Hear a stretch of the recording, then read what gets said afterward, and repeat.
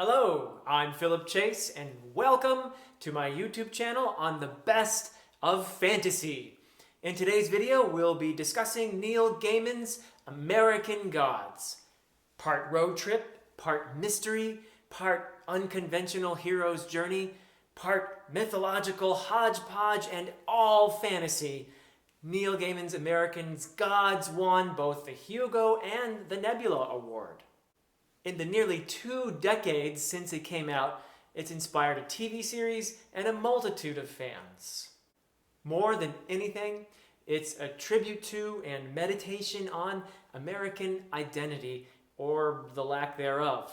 As Wednesday says, this is the only country in the world that worries about what it is.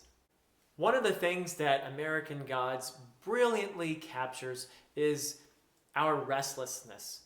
This, says the book multiple times, is a bad land for gods. Like people in other places, we feel the call of the sacred, and we obey an urge that we don't quite understand. But instead of building temples and cathedrals, we build giant hot dogs and random, inexplicable roadside attractions. It's all about what we worship and how we worship and what we sacrifice ourselves to. Our ancestors brought the old gods from all parts of the world. But in our restlessness, we discard them for the latest gods. Gods of the internet and the stock market, gods of commodities, gods of the media and the latest crazes and technologies. We're too busy moving on to the next thing to understand what we are, thirsty for something we don't know. The conflict between the gods, old and new, is also the conflict for our collective identity. In the midst of this conflict is the protagonist, Shadow Moon. Shadow is likable, perhaps a bit passive through most of the story, but the perfect character for the role he's put in, because Shadow is both an insider as an American and an outsider as someone who grew up outside of the United States primarily, and also as a man who is of unknown and certainly mixed race. That is, of course, no accident, and Neil Gaiman himself, of course, is someone who is both outsider and insider, as a British man who has lived in the United States for some time. But being an outsider and an insider gives Shadow a bird's eye view of what he's witnessing, so that American Gods becomes a journey of self-discovery for him, finding out who he is. That's part of the mystery of the book, and also finding out what America is. And it's not just the great cities that Shadow visits. Actually, he spends more of his time in the small towns, places like Lakeside, which is the idealized small town America, the American dream. But Lakeside's secret suggests that the American dream comes with a price.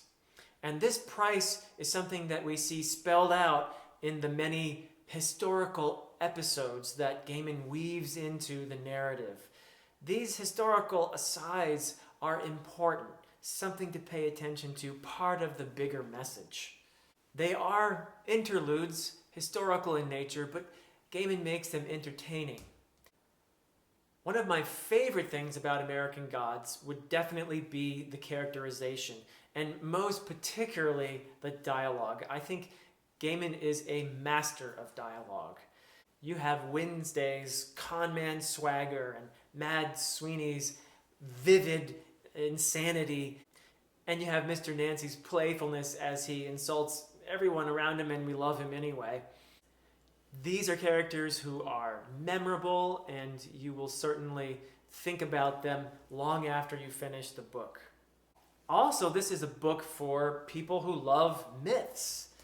Gaiman includes myths from around the world. So you have mythological figures coming from Asia and Europe and Africa, and you also have Native American influences in the book. It's truly eclectic and wonderful.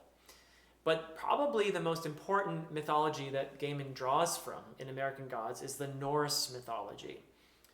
And it's probably no accident that Gaiman has also written a book on Norse mythology, a retelling of many of the tales found in the Eddas. And in American Gods, there are places where the Norse influence is quite clear. At one point, Wednesday recites word for word some of the lines from the great poem, the Havamal, from the Elder Edda. But make no mistake, these are American gods.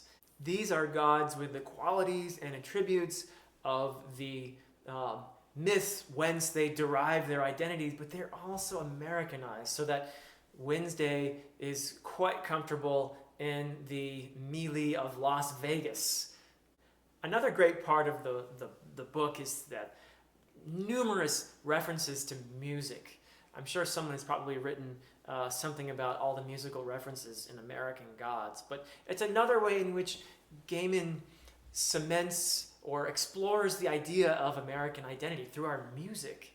So be warned, this book will actually make you think, and you can reread it and glean new things every time you come back to it. And one final word is, you would do well to remember that it's in the trunk. So to sum it up, American Gods is certainly one of the greats of fantasy because of its brilliant characters, its use of mythology, and its overall great story. In my next videos, I'll be looking at some of the other greats of fantasy, so I hope you'll stay tuned, and until next time.